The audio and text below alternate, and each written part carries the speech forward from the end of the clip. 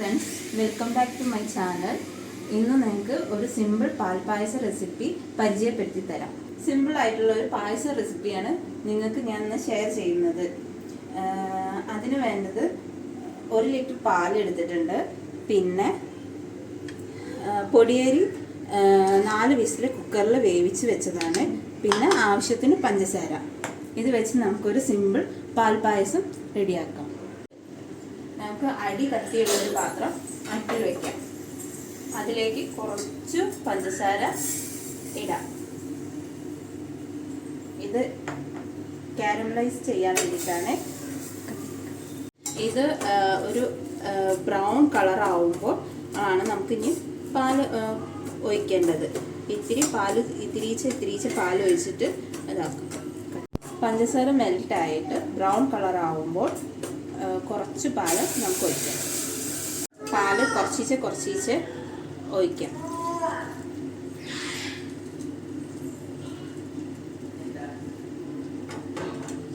അപ്പോൾ നമുക്കൊരു pink colour കിട്ടും. ആ മെൽറ്റായ പഞ്ചസാര ഇതിൽ ഇങ്ങനെ ഇളക്കി യോജിപ്പിച്ചെടുക്കുക.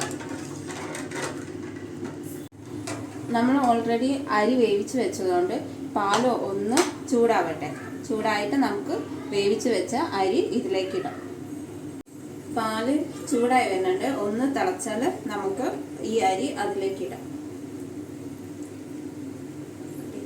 അരി ഇട്ട് ഇനി ഇതിലേക്ക് നമുക്ക് പഞ്ചസാരയാണ് ഇടുന്നത്. അത് ഓരോരുത്തരുടെ മധുരത്തിൻ്റെ ഇഷ്ടത്തിനനുസരിച്ചിട്ട് പഞ്ചസാര ഇടാം. ഞാനിപ്പോൾ എടുത്ത ഈ ഒരു ഗ്ലാസിൻ്റെ പകുതിയോളം ഇടുന്നുണ്ട്. നേരത്തെ നമ്മൾ പഞ്ചസാര കാരമലൈസ് ചെയ്തിരുന്നു. അപ്പോൾ മധുരം നോക്കിയിട്ട് ഇടാം. നമുക്ക് തിളയ്ക്കാൻ തുടങ്ങി. അപ്പോൾ നമുക്ക് ഇതിലേക്ക് പകുതി വേവിച്ച് വെച്ച അരി പതുക്കെ ഇങ്ങനെ ഇട്ട് കൊടുക്കാം. ഞാനിവിടെ 1 ലിറ്റർ പാലിന് 1 കപ്പ് അരിയാണ് എടുത്തത്. അത് ഞാൻ കുക്കറിൽ പകുതി വേവിച്ചു. ബാക്കി ഈ പാലിൽ തന്നെ കിടന്ന് വേവാൻ വേണ്ടി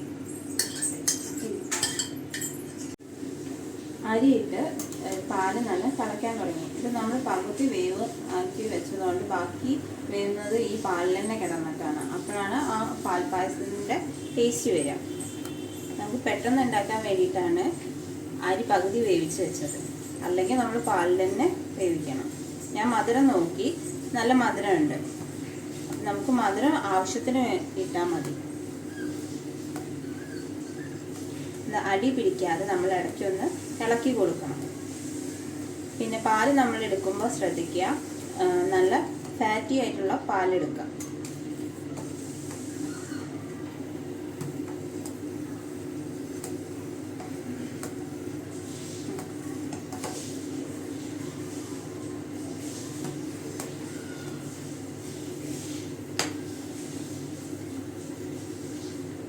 ഇതിൽ കിടന്ന് തിളച്ചിട്ട് ഈ അരി ഒന്ന് വേവാണ്ട് വെന്ത് പാലൊന്ന് കുറുകി വരുമ്പോഴാണ് നമ്മുടെ പായസം റെഡിയാവുക.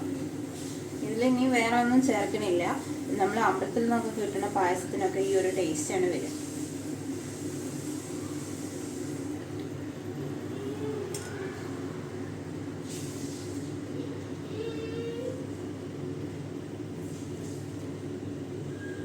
നമുക്ക് നോക്കിയാൽ അറിയാം, നമ്മൾ ആ ഒരു പിങ്ക് കളർ, നമുക്ക് ലൈറ്റ് പിങ്ക് കളർ ആണ്.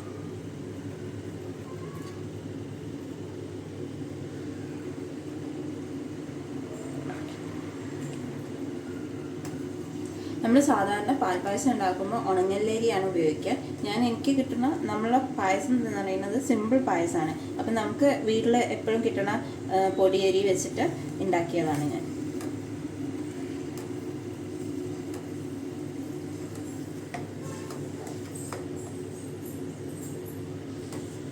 കുറുകി വന്ന് അരിയും പാലും കൂടി ഒരേപോലെ സമമാവണം.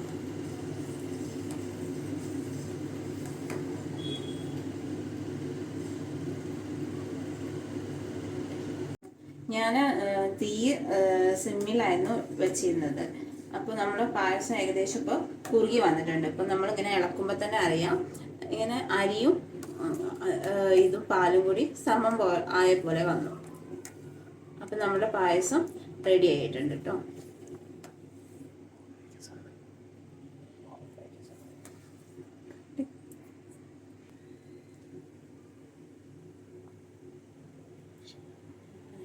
ഇതിൽ നമ്മൾ ഇനി നെയ്യോ വെണ്ണയോ ഒന്നും ഇപ്പോൾ ചേർക്കണില്ല. നിങ്ങൾക്ക് ചേർക്കണമെങ്കിൽ ചേർക്കാം. പക്ഷെ നമ്മളുടെ ആ ഒരു പാൽപ്പായസത്തിൻ്റെ ടേസ്റ്റ് എന്ന് പറയുന്നത് ഈ വെണ്ണ നെയ്യോ ഒന്നും ചേർക്കില്ല. അതിനാണ് നമ്മൾ ഫാറ്റി ആയിട്ടുള്ള പാൽ യൂസ് ചെയ്യുന്നത്. ഇനി നമുക്കിത് ഒരു സെർവിങ് ബൗളിലേക്ക് മാറ്റാം. എന്താ പറയുക, ഇത് നമ്മൾ സെർവിങ് ബൗളിലേക്ക് പായസം മാറ്റും. ഇനി നമ്മൾ പായസം റെഡിയായി, ഞാൻ ഓഫ് ചെയ്തു. ഇനി നമുക്കിത് സെർവിങ് ബൗളിലേക്ക് മാറ്റാം. നമ്മൾ അരിയൊക്കെ നല്ല വെന്തു, പാലും അതായി റെഡി ആയിട്ടുണ്ട്.